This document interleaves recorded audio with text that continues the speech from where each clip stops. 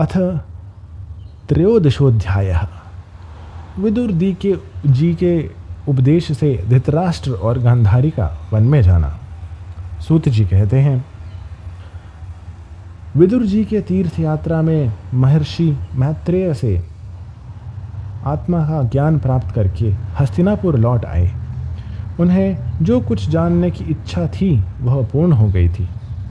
विदुर जी ने मैत्रेय ऋषि से जितने प्रश्न किए थे उनका उत्तर सुनने के पहले ही श्री कृष्ण में अनन्य भक्ति हो जाने के कारण वे उत्तर सुनने से उपराम हो गए।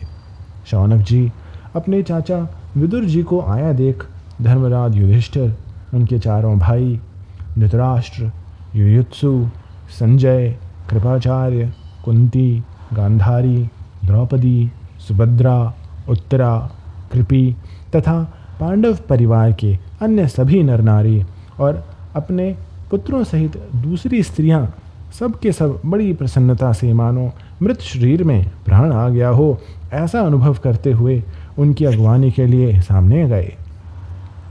यथा योग्य आलिंगन और प्रणाम आदि के द्वारा सब उनसे मिले और विरह जनित उत्कंठा से कातर होकर सबने प्रेम के आंसू बहाए।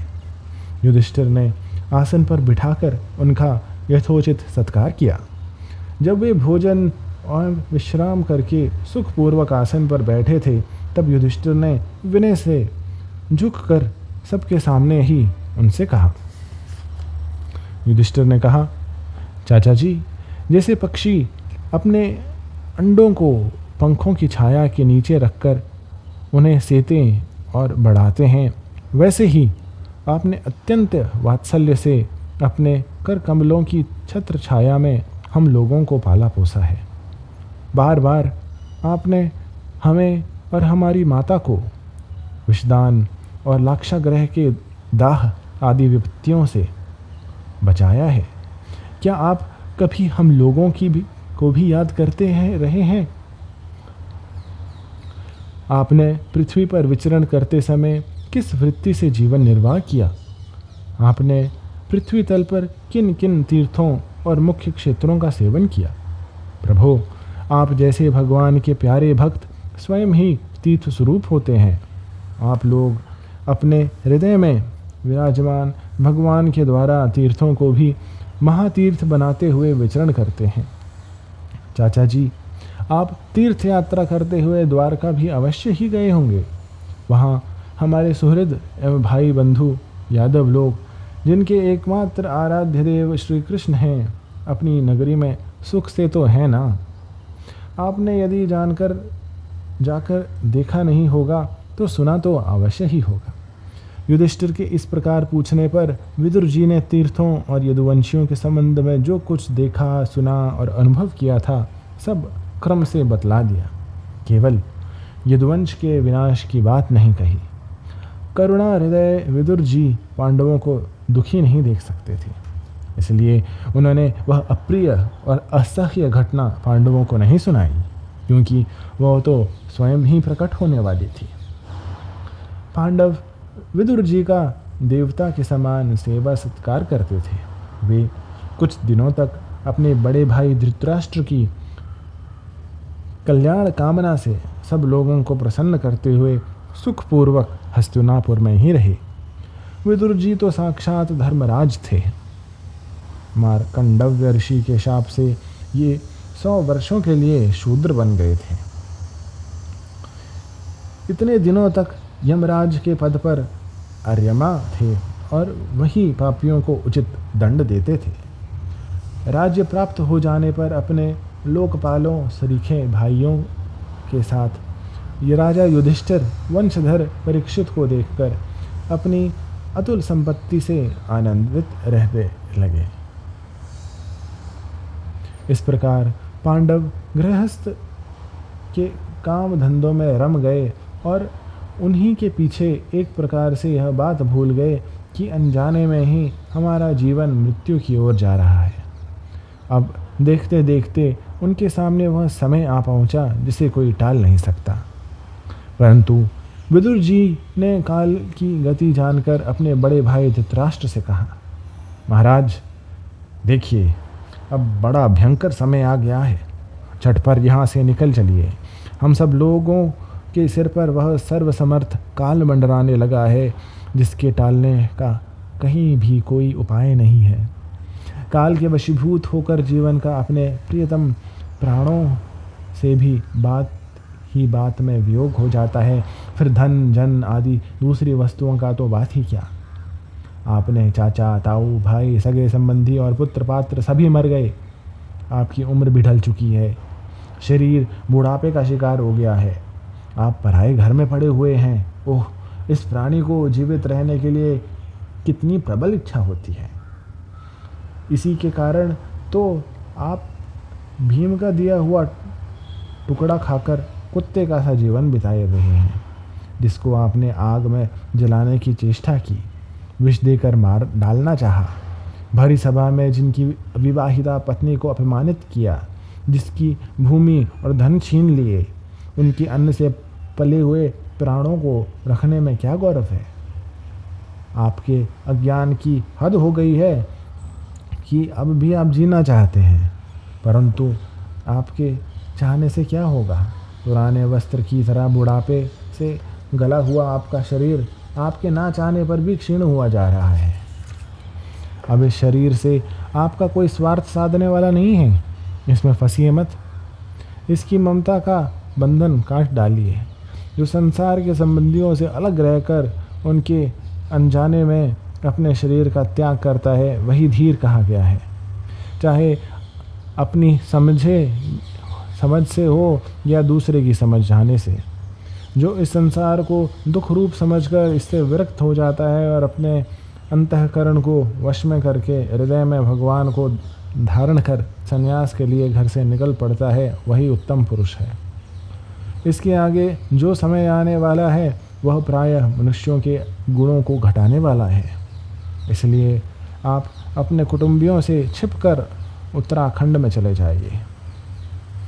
जब छोटे भाई विदुर ने अंधे राजा धृतराष्ट्र को इस प्रकार समझाया, तब उसकी प्रज्ञा के नेत्र खुल गए। वे भाई बंधुओं के सुदृढ़ स्नेह पाशों को काटकर अपने छोटे भाई विदुर के दिखलाए हुए मार्ग से निकल पड़े।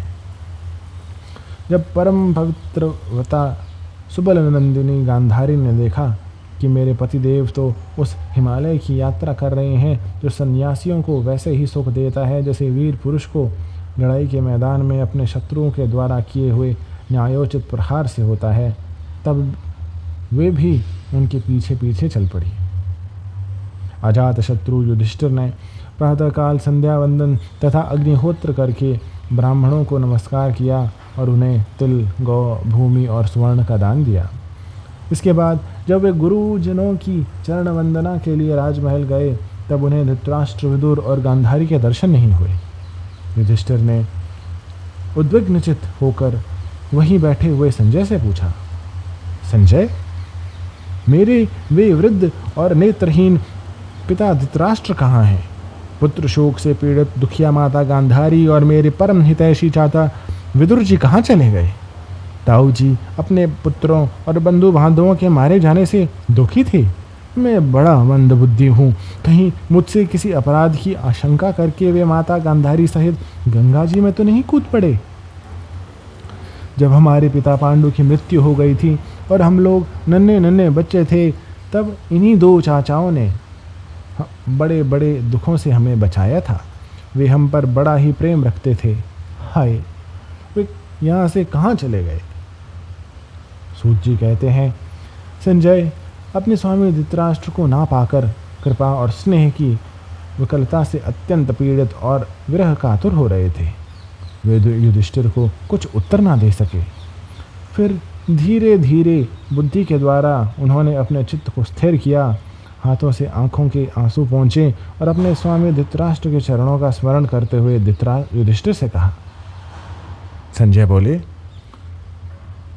कुलनंदन, मुझे आपके दोनों चाचा और गांधारी के संकल्प का कुछ भी पता नहीं है। महाबाहु, मुझे तो उन महात्माओं ने ठग लिया। संजय इस प्रकार कह ही रहे थे कि तंबूरू के साथ देवर्षि नारद वहां आ पहुंचे। महाराज युधिष्ठिर ने भाइयों सहित उठकर उन्हें प्रणाम किया और उनका सम्मान करते हुए बोले। युधिष्ठिर ने कहा, भगवान, मुझे अपने दोनों चाचाओं का पता नहीं लग रहा है।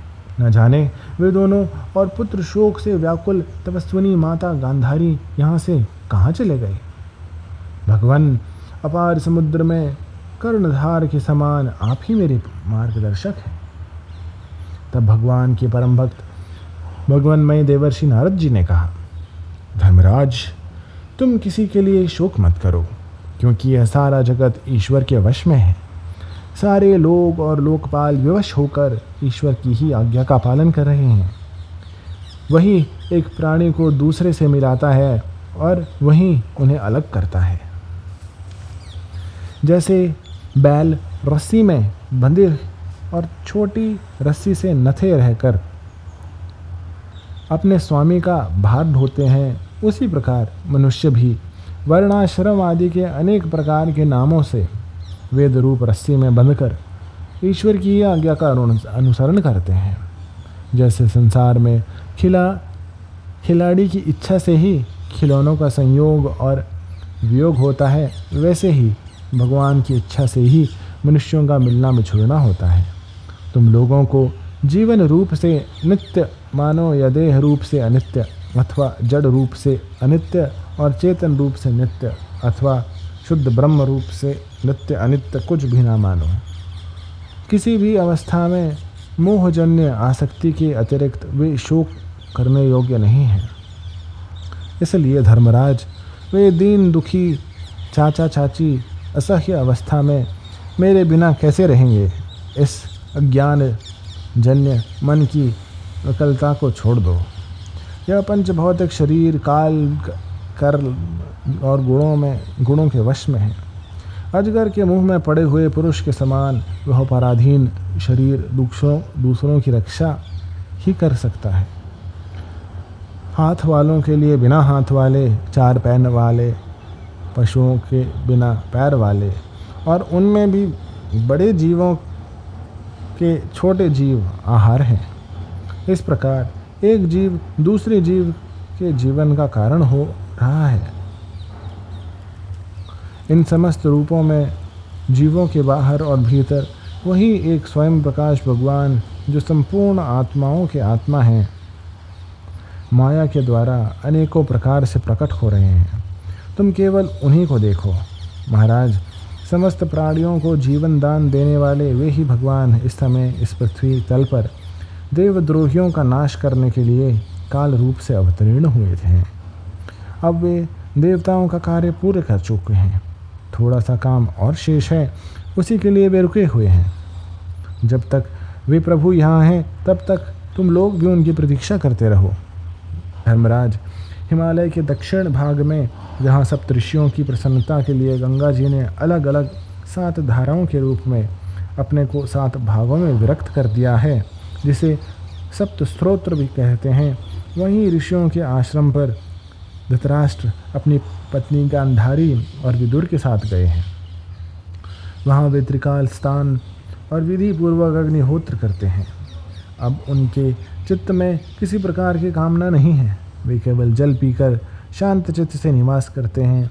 आसन जीतकर प्राणों को वश में करके उन्होंने अपने 6 इंद्रियों को विषयों से लौटा दिया है। भगवान की धारणा से उनके तमोगुण, रजोगुण और सत्वगुण के मल नष्ट हो चुके हैं। उन्होंने अहंकार को बुद्धि के साथ जोड़कर और उसे क्षेत्रज्ञ आत्मा में लीन करके उसे भी महाकाश में घटाकाश के समान सर्वाधिष्ठान ब्रह्म में एक कर दिया है।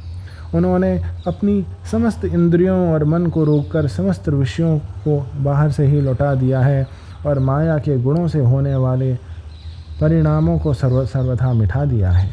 समस्त कर्मों का संन्यास करके वे इस समय ठूंठ की तरह स्थिर होकर बैठे हुए हैं। अतः तुम उनके मार्ग में विघ्न रूप मत बनना। धर्मराज, आज से 5वें दिन वे अपने शरीर का परित्याग कर देंगे और यह जलकर भस्म हो जाएगा। गर्ह पर पत्तादि अग्नियों के द्वारा पर्णकुटी के साथ अपने पति के मृतदेह को जलते देखकर बाहर खड़ी हुई साध्वी गांधारी भी पति का अनुगमन करती हुई उसी आग में प्रवेश कर जाएगी। धर्मराज विदुर जी अपने भाई का आश्चर्यमय मोक्ष देखकर हर्षित और वियोग देखकर दुखित होते हुए वहाँ से तीर्थ सेवन के लिए चले जाएंगे। देवर्षि नारद यूं कहकर तंबूरू के साथ स्वर्ग को चले गए। धर्मराज युधिष्ठिर ने उनके उपदेशों को हृदय से में धारण करके शोक को त्याग दिया। इति श्रीमद्भागवते महापुराणे पारमहंस्यां संहितायां प्रथमस्कन्धे नैमिषारण्योपाख्याने त्रयोदशोऽध्यायः।